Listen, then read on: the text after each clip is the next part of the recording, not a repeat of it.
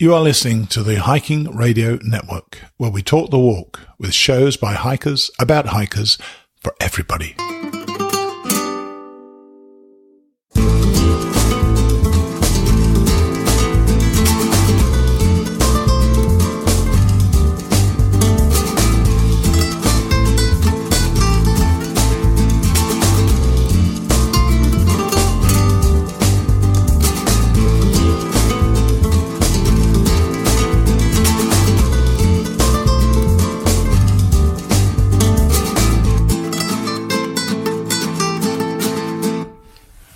Hi, welcome back to Mighty Blue on the Appalachian Trail, the Camino de Santiago edition. You can tell I've still got a bit of a cold, but not only is it cold, it's about 6 o'clock on Sunday morning as I'm recording these, because today we have hit the weather, or we're going to hit the weather. We know for a fact 100% chance of rain is a pretty good chance. We've been so blessed so far.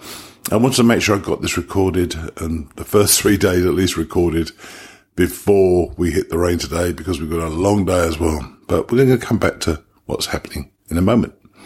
And we're now entering also our last week. We hope to finish on Friday, the 9th of November, and we're right on schedule. All right. So let's hear first of all what happened on day number 24. Day number 24, Rabanal del Camino, which is mile 332.3. to Molina Seca, mile 348.5. That's a total of 16.2 miles and another credit of 0.75 miles, meaning a total credit of just 1.2 miles. We're getting pretty close to these averages, you know. As you know, we stayed at a store again, and the cab turned up right on time at 8 a.m., and we were headed back to Rabanal, where we'd actually walked the day before. It's funny, actually, when you start driving back on the way you've walked the day before, you think to yourself, we could not possibly have walked this far. And yet it was only 12.5 miles, I think, something like that. And, we wondered as the miles went by and the countryside went by. Yeah, we did that. I remember being there. But the amount you walk in a day is quite substantial, and you're quite surprised. And when we got back to Rabanal, both of us were kind of scratching our heads saying, my God, we walked that already. We walked up, unfortunately, into cloud. It was fairly clear at the bottom at Rabanal, but we were going up the mountain for the first time for some time, obviously. So there were absolutely no views, but I still loved it. There's this wildness and this quiet when you're in the clouds. Emma and I say hike about 50 to 100 yards apart quite often. So we're often alone in our thoughts and in the clouds. That's quite dramatic. And I really enjoyed the walk up there. And I did actually mention to Em when I called up with her once or twice that, you know, while this may seem, you know, there are no views or anything, but how lucky are we to be up there? How privileged we are to see the little bit that we could see. And I just loved it. I love being up there. We reached Ponferrada, I think it's called, in about 80 minutes. We really flew up there. Surprising, actually. So, of course, coffee and a beer was the first order. It looked a bit like a ski village up there. Virtually none of it was open, but this particular place was open. And it sold a few little items. And Emma bought a really neat little present for her son, which I can't tell you about because he may hear about it. So we're going to wait until he gets home, but it's a really kind of neat little present. On the way up, there had been quite a bit of wind as well. And then when we left Ponferrada, there was a stillness on the backside of the mountain because the wind had been quite strong and you'd really notice it when it stops. We seemed to be wandering around on the top of the mountain for a couple of miles before this sharp descent. And I thought about this earlier in the day. I'd actually changed into my hiking shoes, not my tethers. I thought we were going to get wet yet again, and yet again we didn't, amazingly. But on the way down, because on the profile it looked like it was such a sharp descent, I decided to change out of my hiking shoes back into my tethers. And it turned out to be a really, really good way to do it as far as I was concerned. I found that, you know, because it's so sharp, you're pushing forward onto your shoes. And of course, my tethers are open at the front. No impact at all on my toes. So changing around like that seemed to make sense to me. On the way down, we found another little village for lunch, with others that we'd met before. And this village, it looked like some benefactor had come to the village and said, every house here needs a new roof, a new slate roof. It looked beautiful as well, by the way, as we descended upon it. And it was an old little town, and we found a beautiful pub and one of the best meals I've had on this trip. It was spaghetti carbonara as a start, and then I can't remember what I had after that. I had a shrimp omelette, which was really tasty as well. But I love both of those things. I really enjoyed it. And we were chatting to a French couple about accommodation in Molina Seca, because we hadn't actually booked anything by then. They told us that they'd been doing the same as we had, staying in a hotel every night. And they said several people are doing that, actually. And they mentioned a place called El Palacio. That's right. El Palacio was in Molina Seca. And then another pilgrim who we met actually on the very first night we were on the trip, a guy called Chris, he mentioned that there have been bed bugs found in albergues ahead. So not that we need any justification. We felt even happier in our decision not to be staying in albergues because we could certainly do without the bed bugs. On the way down, we had a really, really sharp descent away from the path. I can see some people took an alternate and stayed on the road rather. And we took the path, which was absolutely littered with rocks. It was almost like Pennsylvania on the AT. And, that was quite stressful on our knees, obviously. And our balance. You have to keep your balance very, very carefully. So, we got down there, though. The tethers worked great again, and I say I've been so impressed by the tethers, although I think I am starting to wear down the tread on them a bit. We got to Molina Seca, and we found El Palacio as we entered. The very first place on the right, as you enter Molina Seca over the bridge, was El Palacio, and it was attached to a restaurant, so we each picked a room for €40. Very cute little town, actually. We went through the town. I had a beer at the end of the town, and it was almost Dickensian. The look of how you imagine a movie would be with a Dickensian town. Houses very close together, balconies jutting over, and really very small space between the houses. You could just about get a car down there, actually. We went to the restaurant attached to the hotel that evening, and we were talking about it. It was amazing to us, when we started this trip, there were about 480 miles, I think it was, to Santiago. We're nearly done. And it's incredible that we're down to less than 150 miles. And by the time you hear this, we're going to be less than 100 miles. So when I think about it, and it happened to me this happened to me on the Appalachian Trail as well. You're not so much waiting for the end and you think, oh my God, there's still a long time to go. It's almost as if the miles go away and you're down to very few miles. And you're almost thinking, oh my God, this is going to finish soon. I'm not sure I'm quite ready for it to finish. And that certainly happened to me, in Maine when I was on the Appalachian Trail. But a great day. And even though it was foggy for a lot of the time, I thoroughly enjoyed the hike up and down the mountain. Yeah, it was quite an exciting day. And I think the decision to change into tethers was the highlight of my day in terms of sorting everything out and making sure my feet stayed well. And, we didn't get any rain again. And we were walking at the top of that mountain through what had been snow around us, but the path itself was pristine. So absolutely no problems at all with snow yet again. It was just remarkable for us. But we just weren't ready for what the next day was going to give us. And, as you're going to find out, it was my favourite day of the trip so far. So this is day 25. Day 25, Molina Seca, which is mile 348.5, to Villafranca, mile 368.6. 20.1 miles, yes, our best day yet. 4.65 miles credit, meaning a total credit of a very long 5.85 miles. What a day.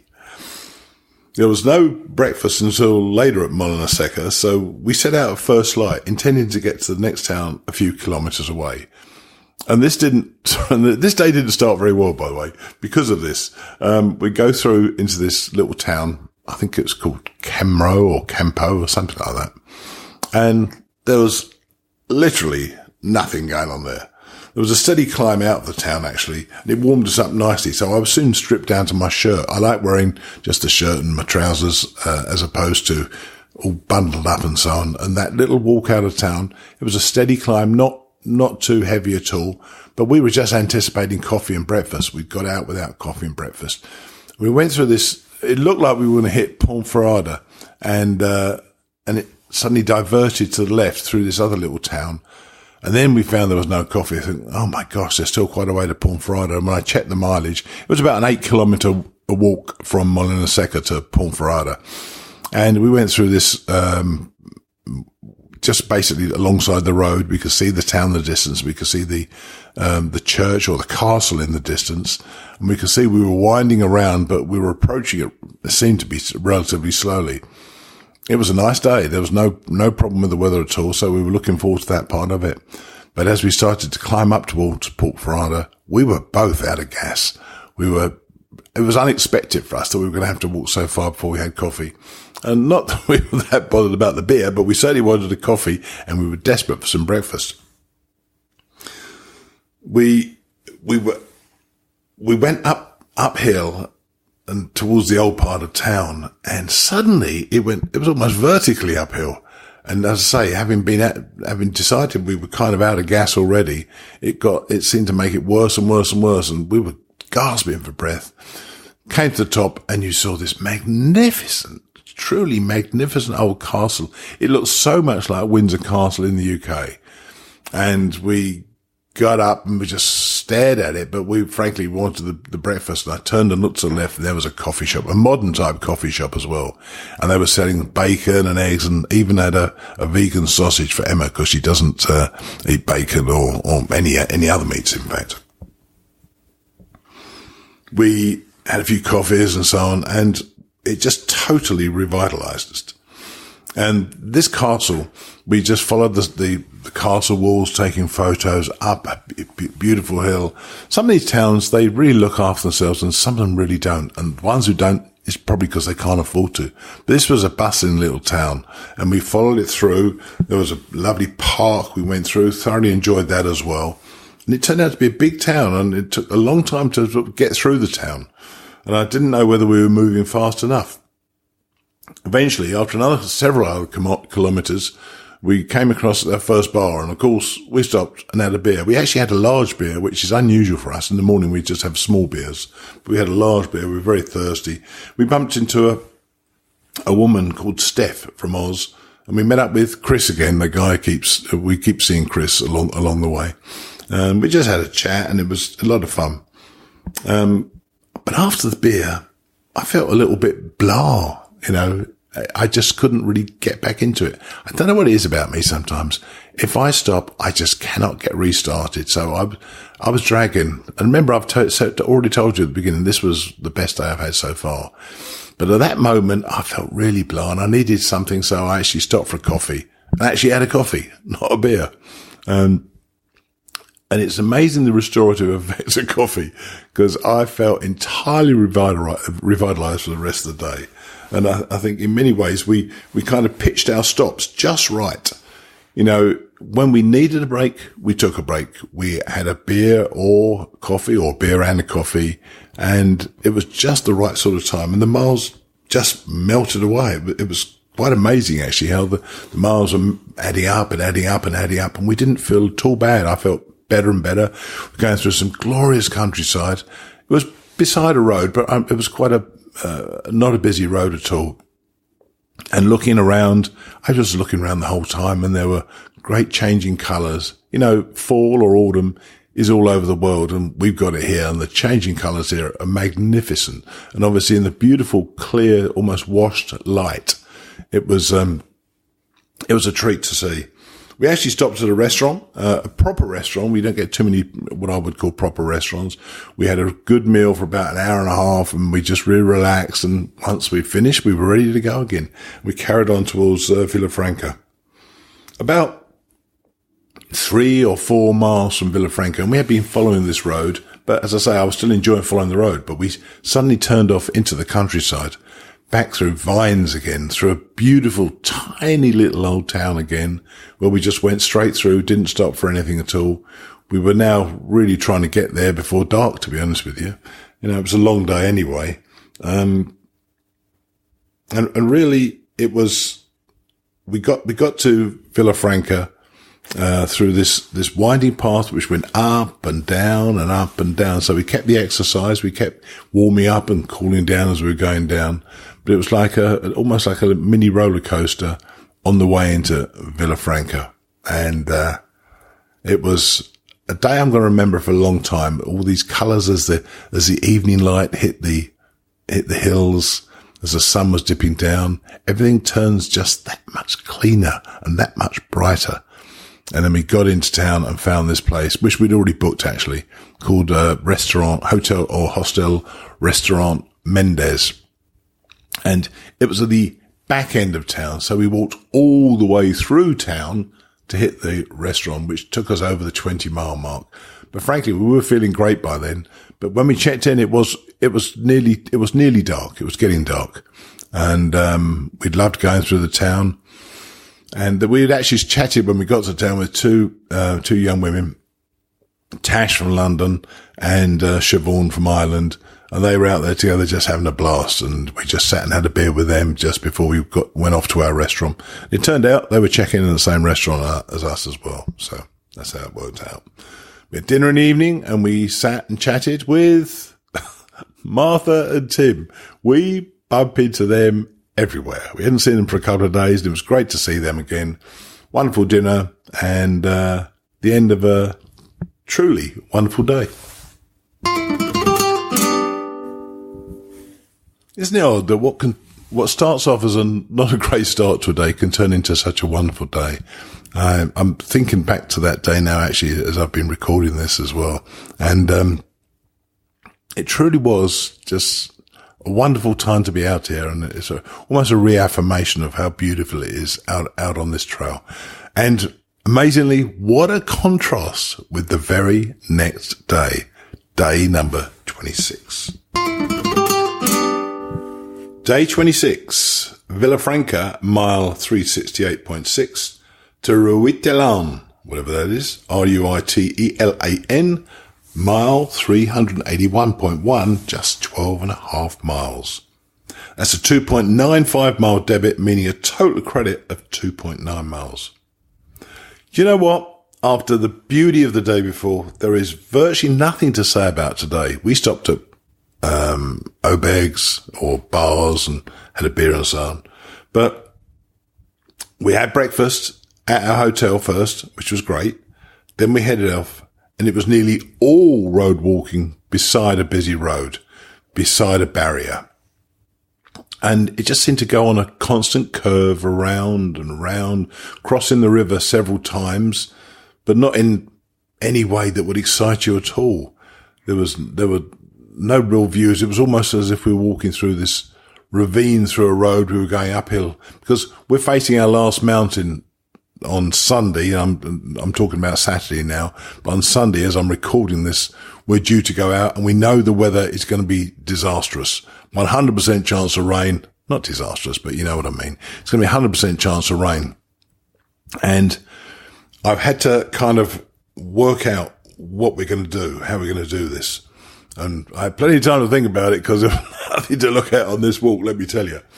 And what I thought was that Tria Castella, which is on the other side of this big mountain we're going to, at the beginning of the day at Villafranca, we had about 30 miles to get to Tria Castella. So I thought to myself, 15 miles one day, 15 miles the next day.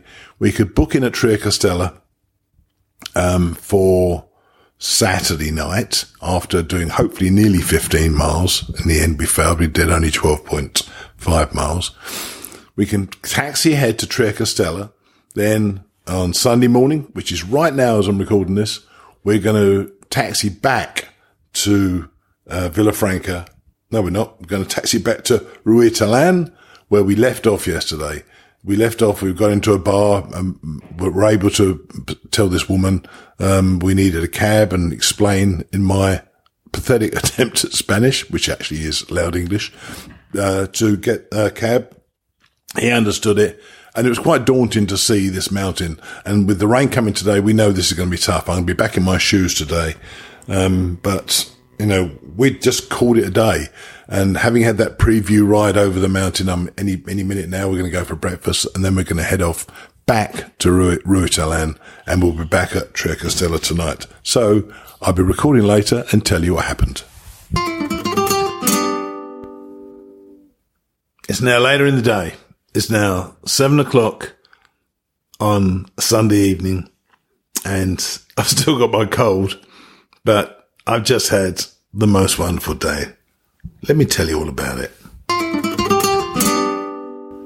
Day 27, Ruitalan, mile 381.1 to, Triacastela.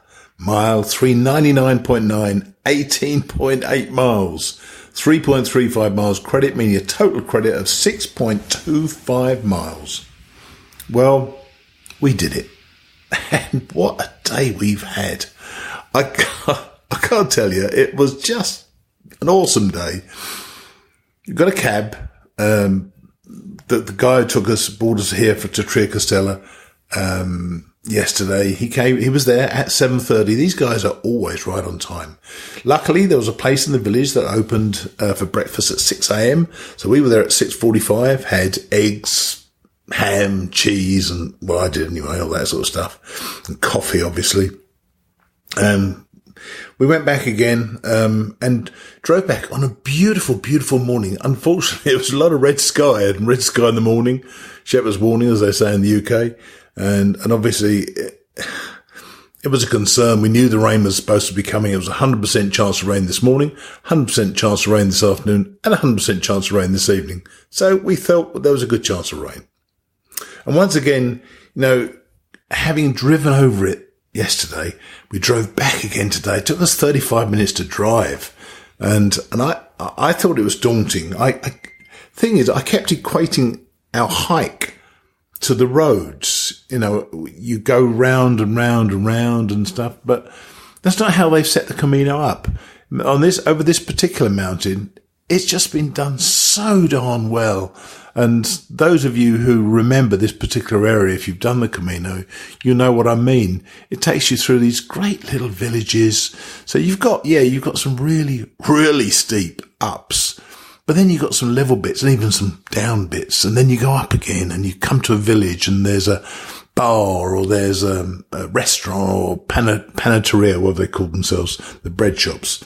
And we just made sure we rested. We stopped about 3 times on the way up, had a beer or a coffee or both. And we, as always, we chatted to people. The rain hadn't started. We kept reading it was going to start first at 9.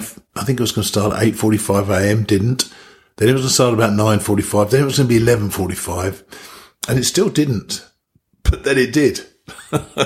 So we were near the top, and suddenly the rain started coming down. And I had my waterproof jacket, and I had my other sort of warm jacket as well. And Emma had her stuff on as well. And we ducked into a small bar. We were pretty much near the top at Cerebo or something like that. And then, though, we just got wet. It got wetter and wetter and wetter. The height was spectacular, and the clouds were coming in and clearing, allowing us these glorious long views down to the countryside below, and then totally socking us in again a few seconds later. And the rain was very heavy for quite a while, and then it kind of slowed down, then it stopped. So, you're constantly regulating your temperature. Well, I am anyway. I do get hot on these uphills, and I start having to take my hood down or unzip my jacket. But when the rain was really coming down, there's not too much you can really do about it. But, as I say, I love the way in which they put this hike together, this particular part of the hike together. It isn't following the roads at all. We were always well away from the roads. I really enjoyed that part of it. And getting to the top, to be honest with you, was nowhere near as difficult as I'd imagined it was going to be. But then once we were at the top, we had these ups and downs for about 3 or 4 miles. And frankly, we thought we were on the way down, and suddenly there was another huge up. It wasn't long. It was 150, 200 yards, but my gosh, it was really, really vertical. And we ended up at a restaurant, and that turned out to be the absolute highest point, or at least it was the point at which we started then to go down only after that. And there was a restaurant there, and that restaurant knew how to serve food. It was a beautiful, really warming vegetable soup and some meat and potatoes I had. And we topped it up with a bottle of vino tinto between the two of us. And I had a second ibuprofen of the day, and I was ready to go. We still had about 7 miles to go down, and the rain was really coming. But I don't know what it was. As I said to you before, I get these moments and I just feel I'm just ready to go. And I just set off like a train. But I soon became a wet train because first my trousers and my pants, and then my underpants followed. I was just getting soaked, and I walked the rest of the way pretty much just soggy mess from my waist downwards. I stayed warm enough because I was moving all the time. But by the time, we finished, I really was, my backside and my legs were pretty darn cold and wet. But we did it in about 2.5 hours in that session after lunch. So about 7 miles in about 2.5 hours. We flew down there. And to be honest with you, we both felt like badasses. We really did. We thought we'd really kick some butt. We passed some people on the way down. We were just motoring. And I really think, and I know I shouldn't take too much ibuprofen, I really think that ibuprofen and the red wine helped.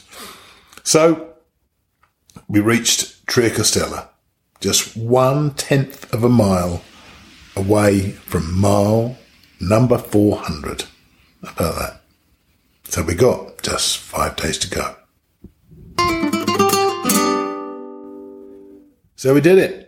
I'm not saying the rest of this is going to be easy at all, but that is the last of the big climbs, the last of the mountains. And both Emma and I already are feeling pretty accomplished with what we've done so far. I know we had it easier than some other people, but frankly, that was our choice. We've walked every step of the way. Today, by the way, I didn't mention, because we had this place back at Tria Costella, we could leave our backpacks. And this was the first time for me not having a backpack. And I can tell you, the difference it makes is really great. So I really enjoyed it. But now we're well on target to finish on Friday. And I'm looking forward to concluding this with you guys. There'll be another episode on Thursday, and then you'll hear about Thursday and Friday, I guess, when I do the episode for next Monday. But thanks for joining us. And as always, Emma and I will see you next time.